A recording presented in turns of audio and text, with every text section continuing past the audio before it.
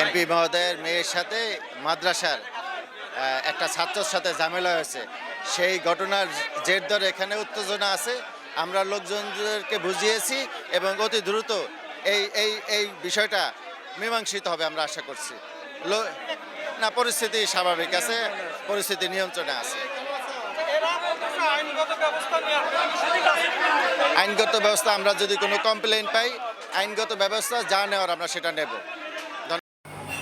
বিসমিল্লাহির রহমানির রহিম।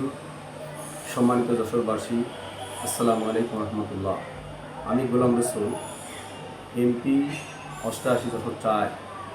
আমার বাসা Nilganj Narail road, professor park. আমার বাসার সামনে একটি কওমি মাদ্রাসা আছে। এই মাদ্রাসা দীর্ঘ 3 বছর আগে প্রতিষ্ঠিত। মাদ্রাসা প্রতিষ্ঠার ক্ষেত্রে আমি নিজেও সহযোগিতা করেছিলাম। যে এলাকার পরিবারের বাচ্চারা যদি বিভিন্ন পরিবারের বাচ্চারা যদি মাদ্রাসায় পড়ে, তারা দিনই শিক্ষা অর্জন করবে। এখন প্রায় মাদ্রাসায় 250-300 ছাত্র আছে, কিন্তু জায়গা অনেক কম।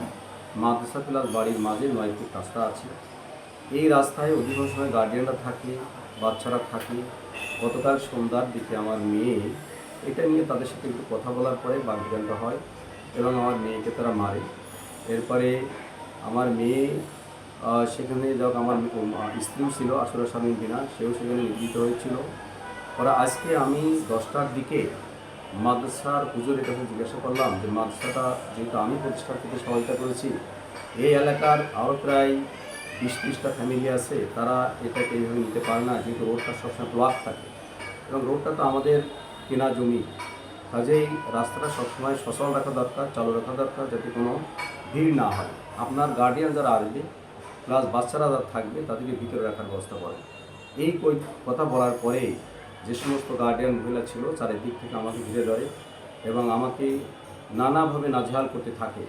আমি তাদেরকে বললাম যে বিষয়টা আমি মাদ্রাসা কর্তৃপক্ষের সাথে কথা বলছি, আপনারা তো আমার সাথে কথা বলতে পারেন না।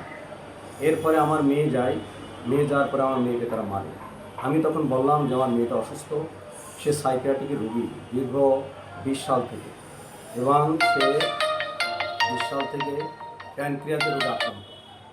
সাইকিয়াট্রিক রোগী হওয়ার কারণে ঢাকা, খুলনা, যশোর এবং ইন্ডিয়াতে আমরা দেখিয়েছি। প্যানক্রিয়াস ড্যামেজ হওয়ার কারণে আমি তাকে হায়দ্রাবাদ পর্যন্ত নিয়েছি।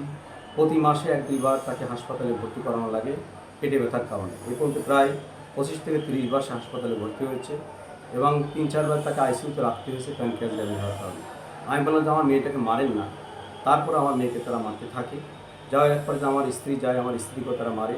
তখন আমি এক পর্যায়ে সেখান থেকে আমার মেয়ে এবং স্ত্রীকে সেভ করে আমি আমার বাসার ভিতরে চলে আসি।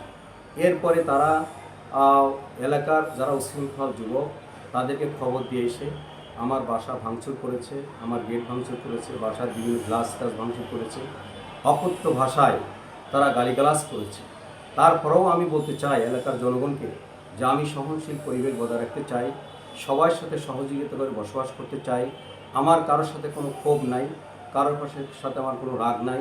আমি দীর্ঘ 16 সাল থেকে এখানে বাড়ি করে বসবাস করছি। এলাকার কোনো মানুষ আমার আচরণে কেউ কখনো আমার মনে বলতে পারবে না যে কারো আমি ক্ষতি করেছি। আমি এলাকার মানুষকে সবসময় সহযোগিতাই করি। কাজে আমি এই ঘটনায় অত্যন্ত দুঃখিত এবং মর্মাহত। আমি আবারও জনগণকে বলছি যে আমি যদি কোনো ভুল করে থাকি তার জন্য আমি ক্ষমা প্রার্থী, কিন্তু একটি ছোট্ট ঘটনাকে কেন্দ্র করে এইভাবে এলাকার পরিবেশটা নষ্ট করা, এটা মনে আপনাদের জন্য ঠিক হবে না। আপনারা শান্ত হন। এলাকার মাদ্রাসার পরিবেশও ভালো করার জন্য কর্তৃপক্ষের সাথে আমি কথা বলবো। এই মুহূর্তে আইন শৃঙ্খলা কমিটির সদস্যরাও সেখানে আছে, তারাও পরিবেশটা শান্ত করার চেষ্টা করবে। এমনকি আমার কাছে এই মুহূর্তে নিউজ আছে তারা আমার ঘরের মধ্যে আমার গ্যারেজে গান পড়া সেটাই দিয়েছে, যে কোনো মোড় করে আগুন ধরাই দিতে পারে। কারণ বছরখানিক আগে 2025 সালের সম্ভবত অক্টোবর থেকে নভেম্বরে আমার গ্যারেজে একবার এই কেবা কারা যা উচ্ছৃঙ্খলতারা একবার আগুন ধরিয়ে দিয়েছিল। আমি অত্যন্ত ভীত সন্ত্রস্ত, আমি নিরাপত্তা করছি। আমি তারপরেও বলতে চাই, আমি আমার কাছে আমার মেয়ের যে প্রেসক্রিপশনগুলো আছে সেগুলো আপনারা দেখতে পারেন।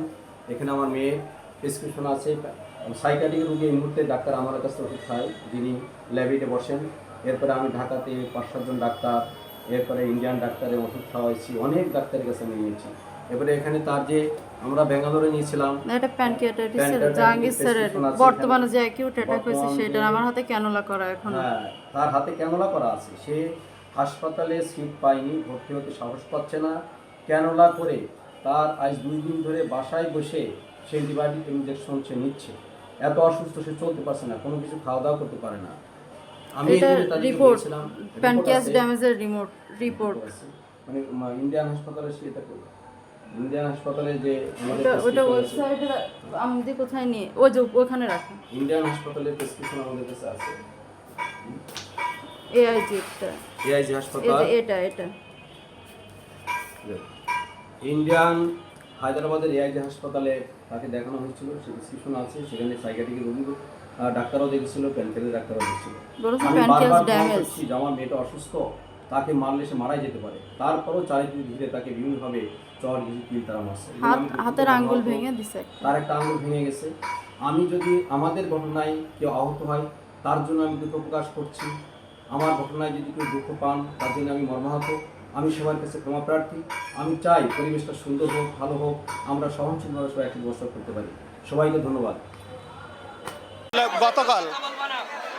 গতকাল বিকালবেলা ছেলেবেলা খেলা করতেছে, তা ওনার মেয়ে কাঠ দিয়ে ওদেরকে দাবড় দিয়েছে এবং ক্লাসরুমে ছাত্ররা খেলা করতেছে।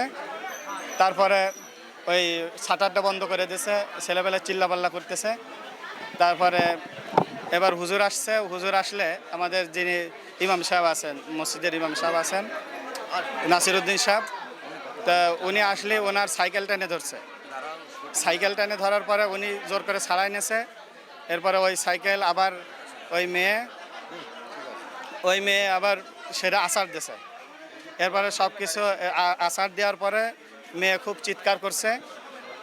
ওই সাইকেলটা ওই মেয়ে আছাড় দিয়েছে, এরপরে চিৎকার করে সব জড়ো করছে, করে বিভিন্নভাবে মিথ্যা অপবাদ যে হুজুর মারেছে। কিন্তু আমরা ফটোর ভিতরে দেখলাম যে হুজুর মারিনি, হুজুর মানি নাই।